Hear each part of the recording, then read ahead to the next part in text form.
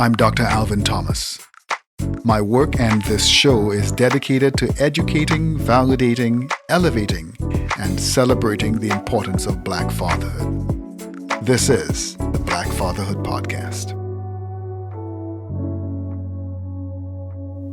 Our next guest is someone I've known and worked with since 2019, and yet it feels like I've known him for decades. Throughout his career, he's been dedicated to building and strengthening communities, creating multiple programs, and a unique health network for Black men that has won him national recognition. But he's also dedicated to building and strengthening himself and his family. He is a father, a son, and a brother, and we'll be speaking with him today about his work to build healthy relationships in the community and at home. I call him brother. Mr. Aaron Perry shares a similar interest with me on developing and strengthening Black men, Black boys, Black families, and because of that, our collaboration continues to grow. I want to share with you Mr. Aaron Gabriel Perry. Aaron, I don't think I've ever used your full government name before, but here we are, Aaron Gabriel Perry. So Aaron is the founder and president of the Rebalanced Life Wellness Association, whose mission is ensuring that Black men and boys living in underrepresented communities, that is, those who bear the heaviest burden of disease and poor health status, have the opportunity to live fuller, healthier lives. He is a former police officer and currently works for the Dane County Juvenile Justice, or works with the Dane County Juvenile Justice Gang Response Intervention Team. He is the recipient of several national awards and recognitions, too many to mention, including being named one of Time Magazine's 50 most influential people in healthcare globally, and Men's Health Magazine, one of 5 men globally that's challenging or changing the world of health. Aaron is the volunteer national director of health, wellness, and disease prevention for Black Men Run, and serves on the board of directors with the American Heart Association. Aaron, welcome to our podcast. Yes, thank you for the invitation. I appreciate it. So in addition to all of the things that I mentioned, I said at the very top that there's just so much more that goes on. You and I both know that between the Saturday morning runs and the bike rides and all the other things that you're doing in the community in Madison, but the things that you're also doing on a national and global level for Black men's health are just astounding. So you have this tremendous personal health achievement on your resume on top of all of that. And that is, in 2005, you became the world's first African-American diabetic to complete the Ironman Triathlon, which is considered the world's most grueling endurance event. Why did you run that race, and what did you learn from it? Yes.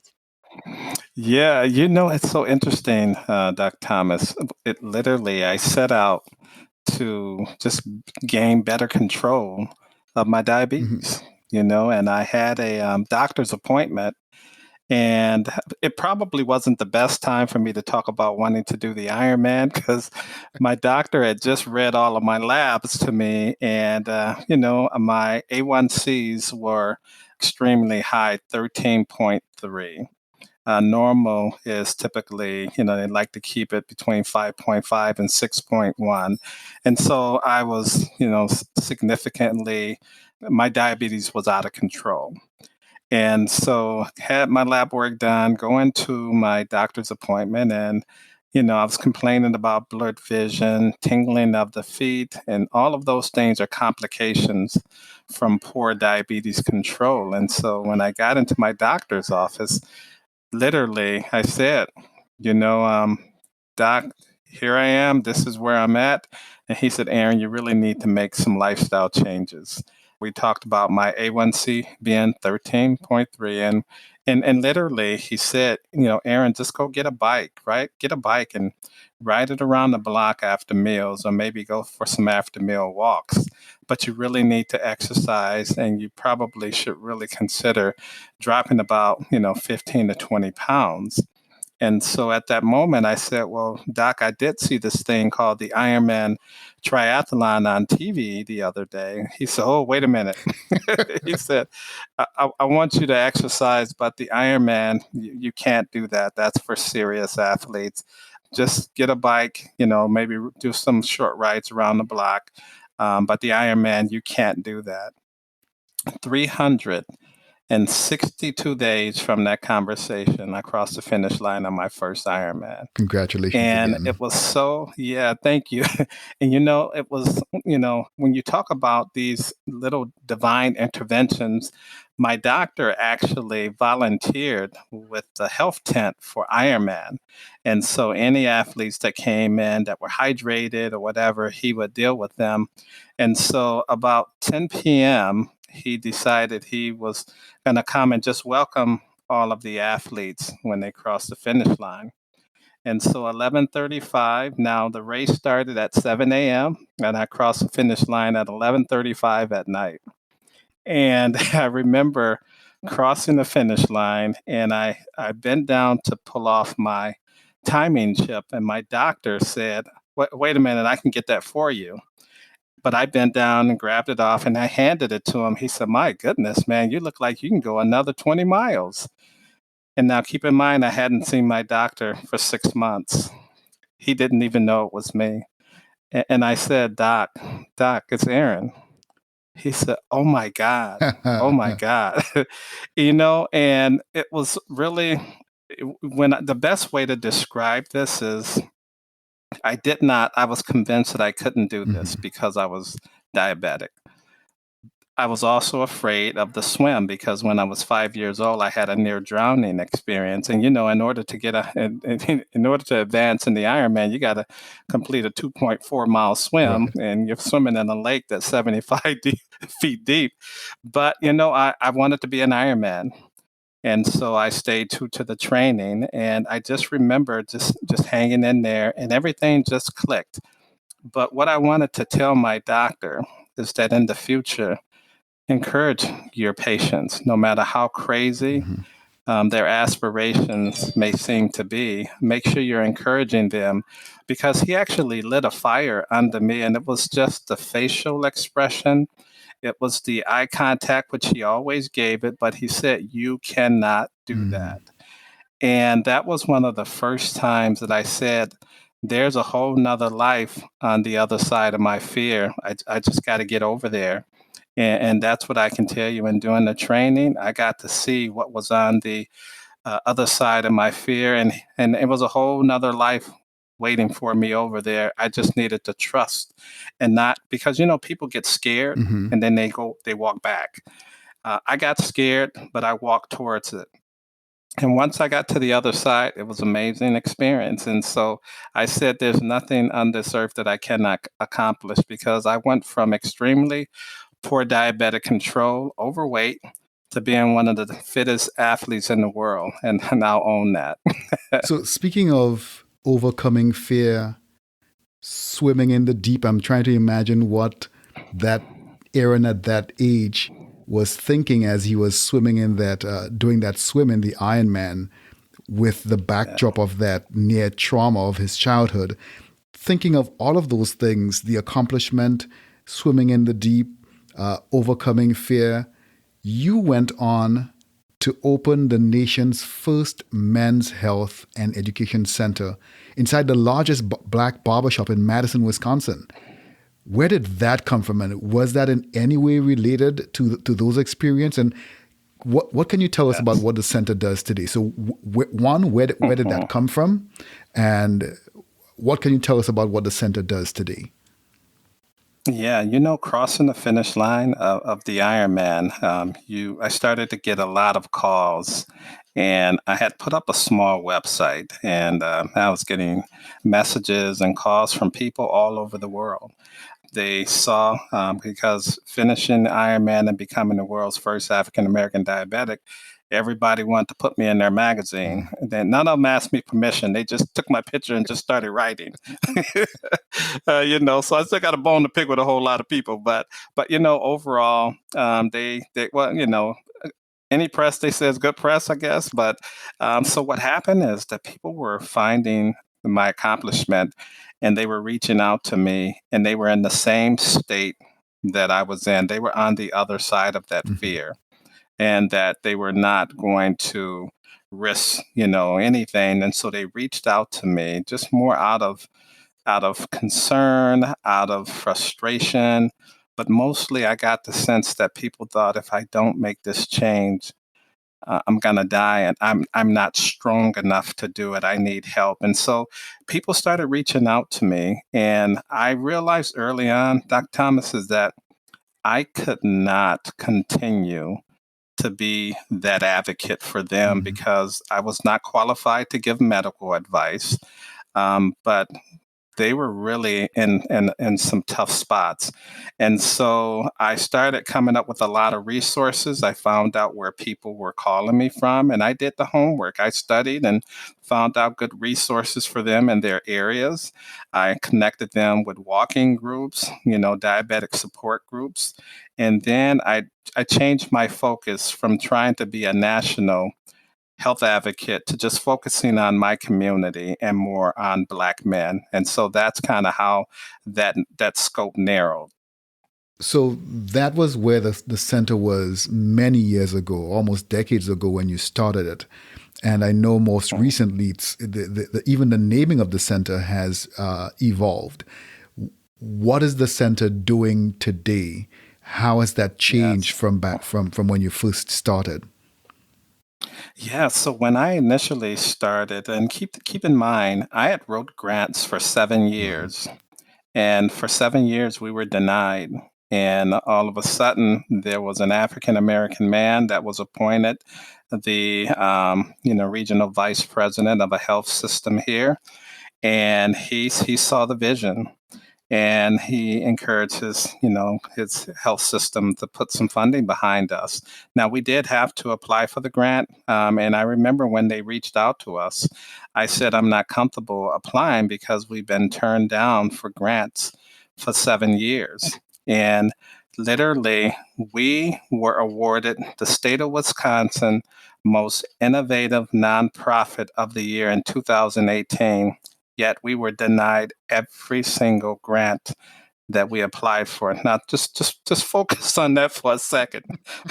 The most innovative nonprofit, we beat out 752 Wow. high-tech companies, Wow. innovative companies, and all of a sudden, we win this award, and yet we're still denied every single So grant. And so you even start. though you're the best, you're not good enough for the funding. That's right. Yes. Wow. Yes. Sad, sad. But we hung in there, but it really took for us to, cross paths with the regional vice president, who happens to be an African American man. And you know what? He stayed true to his word. He said, I cannot make you guys promises, but I want you to apply for this grant. And if you apply, it will be a fair process. That's all we needed. Yeah. We just needed for someone to say it's going to be a fair process. So we applied. We ended up getting awarded a $90,000 grant. And even with that, Doc Thomas, the grant was actually $150,000 over 3 years. Hmm. So that was 50,000 a year for 3 years. Even though we were awarded the grant, we still had $60,000 taken off the top. Hmm. Hmm. But I said that's okay because we now have this funding. I reached out to the owner of the barbershop and I shared my vision with him. I said, when I used to go in the barbershop and get my hair cut, of course, I got a hat on. If I took my hat off, you'll see how bald I am. Um, but when I had hair, getting my hair cut in the barbershop, I would hear men coming in and they were talking about all these health challenges. And so I knew right away that this is the place where men come to talk about everything, including health problems. And so, real quick, I ended up serving on a couple of health committees, and these were made with major health systems in our area. And the number one thing that they were saying is we cannot get Black men to come in for their appointments. And if they do show up, they show up too late and they cannot be seen. And so I'm sitting here looking at the barbershop that has less than a 1% cancellation rate. Hmm. men never show up late. And I said, we're trying to reach men from the wrong location. And so that was the beginning of really bringing healthcare to the barbershop and bringing it to a place where Black men trust, they respect, and they feel safe. Thank you so much for doing that, Aaron. I'm so happy that you had that eureka moment when the light bulb went off. I was like, what? It's right in front of us the whole time. The answer is here. Thank you so much for doing that. So I know from just knowing you and following your work that you started with this very serious health advocacy work that focused on typical men's health concerns like heart disease and diabetes, and that now has evolved. You're still concerned with those health issues, but now you're looking at even larger health issues, and so you're looking at things like harm reduction. And I know you recently created the Harm Reduction Initiative as a group that is committed to reducing opioid-involved overdose deaths impacting Dane County's Black community. Why did you start that initiative, and what are you seeing with regard to the community around that harm reduction? Really what I was seeing, a lot of this goes back to my former days as a police officer. And I started really paying attention to a lot of, obviously, the news, but also what was happening in our community. And so I'm a former substance abuse counselor, and so I still kind of stay connected with that group.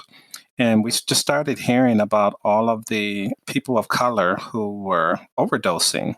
And it was really mostly in Milwaukee, but anytime you see things in Milwaukee, it's just 6 to 8 months before we start to see it in Madison. That's just how the trend has always gone.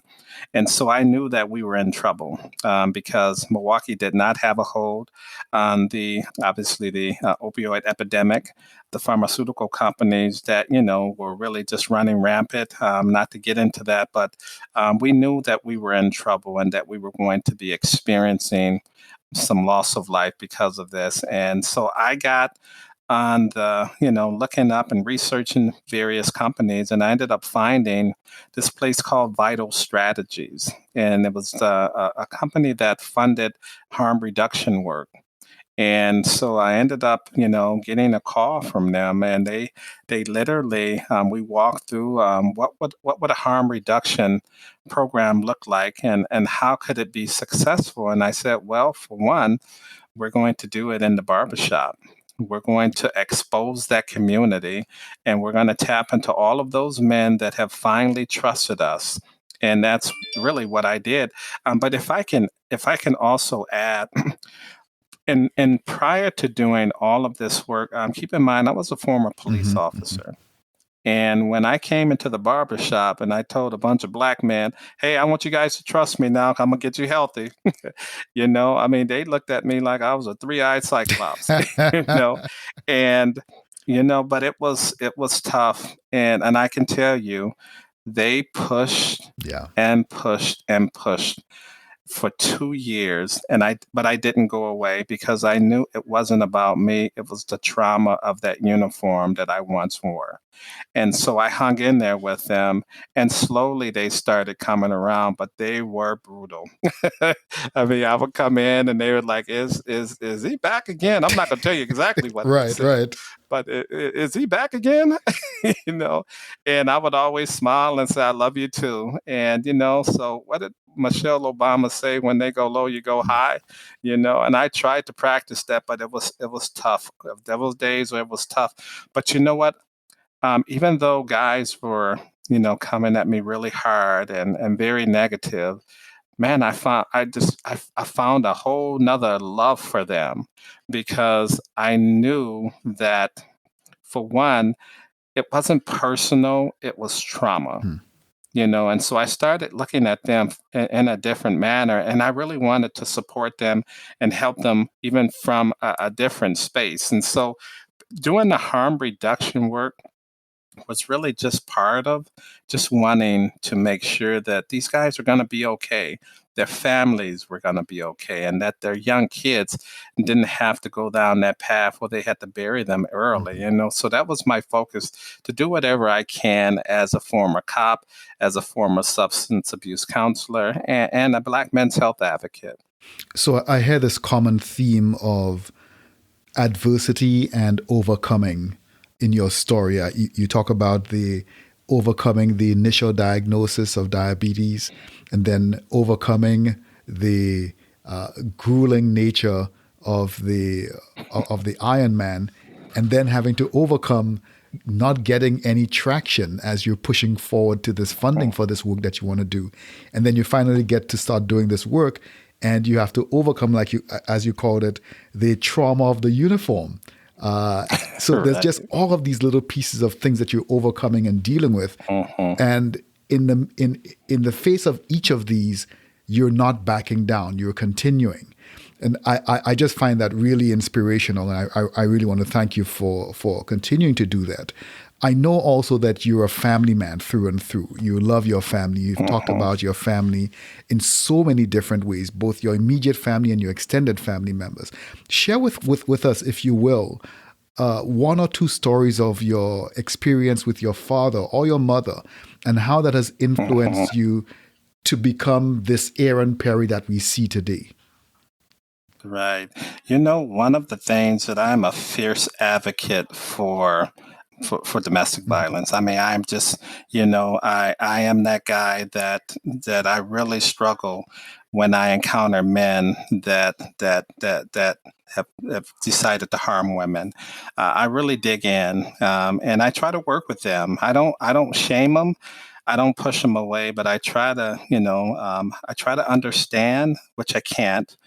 But then you try to get them to a place where they at least understand you need help, and that actually came from when I was a senior in high school. My mom, who was an absolute, we called her a black Barbie doll. I mean, she was such a pretty lady, and she was a single mom, and so she ended up meeting this gentleman, and they dated for a little while, and she found out that he was married, and told him, I have kids, I don't need this, and sadly, yeah, he killed my mom, Mm, and I was so angry because every time that I saw this man, I knew that there was something that wasn't right, that I didn't feel good.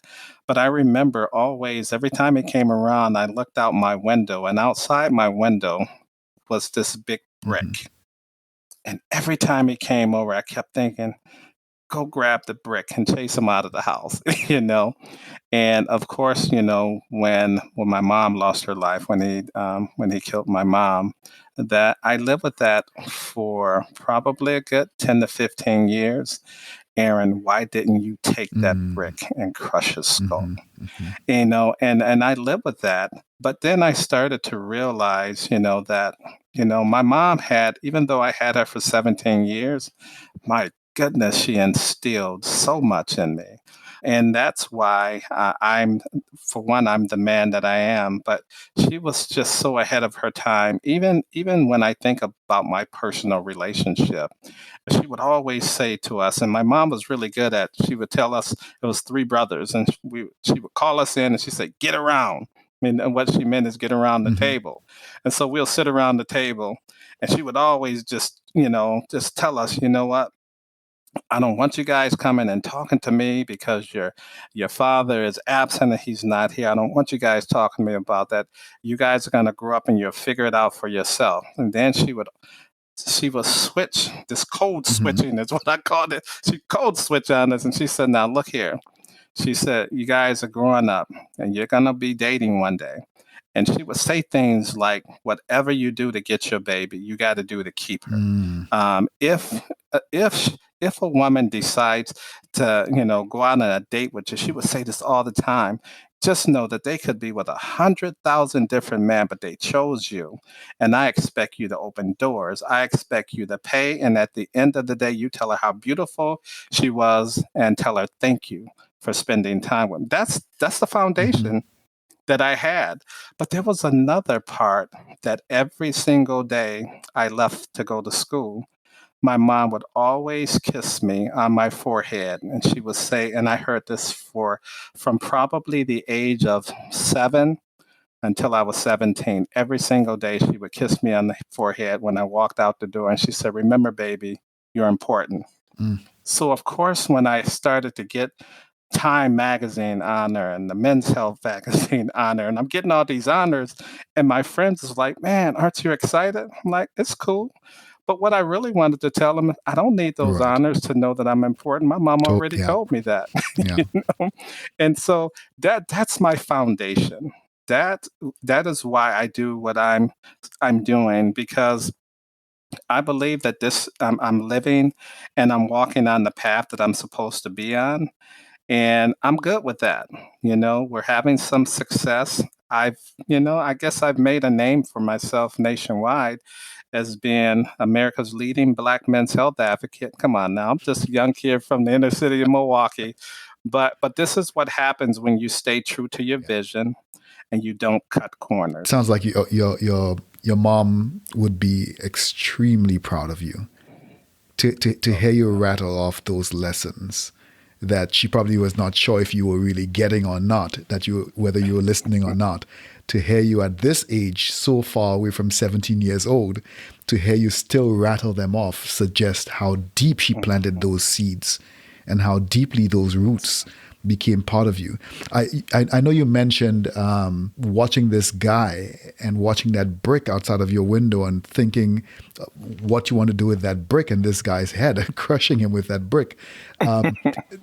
So I'm wondering if any of that anger, that resentment, is still there for you. I'm good now. I'm in a good Mm-hmm. place, but it's only because I had to teach myself to be where I'm Mm-hmm. at. It wasn't easy. I had to fight when I was, obviously when I was in my 20s. Man, I love my mom so much, and I lost her and it Mm-hmm. hurt. And so, man, I would literally sabotage Mm-hmm. relationships because I started to have feelings for people. And I would like just not call them because, I'm getting too Right. close, and that wasn't fair to the individual. But that's kind of how I coped. And over the years, I started to realize that one thing did not have anything to do with the other. And that's what I was doing. I was lumping everything together. For instance, when I found out that I had gotten a scholarship, in basketball, a week later, my mom was dead. So I contributed in my mind that every single time something happened, it was going to be followed by something Mm-hmm. bad, Yeah. and, just over the years, you just learn, you grow, you start trusting. I'm so glad that I studied social work, because taking those psychology classes, I saw my family in a different light. I saw myself in a different light. And I knew that I had to be stronger, not just for myself, but for my family who were not fortunate enough to go to college. Thank you so much, Aaron, for sharing so graciously with us. Again, I feel like I know you even better now. I know you more than I knew you before. Just understanding, I think it's easy to look at you and say, "Oh, this is the one of the top men's advocates and all of these other accolades. This is the first African American male diabetic to finish the Ironman and all of these accolades." And when you sit back and kind of allow people to tell their stories and to live out their lives in front of you without judgment, you suddenly begin to realize that the successes that we see in people don't come cheap, usually are not coming very cheaply. There's Mhm, struggle, there's agony, sometimes there's pain that comes along that's mhm. led to this beautiful person that you're seeing. And I just want to thank you for sharing all of your experience, or some of your experiences, with us. You definitely have not shared all. Maybe we bring you back again to share some more. But it Right. was really, Yeah. really, really enjoyable, and I appreciate it. Thank you so much, Mhm. Aaron. Sure. And if I could Mhm. add, one of the things that life has taught me is that people will see the Mhm. mountaintop, but they won't see the climb. Mhm. They see the Time magazine, they see the Men's Health magazine, they see the mountaintop. but they don't see the climb, and this has been a fierce climb. And I'd imagine that that's true for most people who achieve greatness. People will see them on top of the mountain, but they just don't see the grind that they had to put in.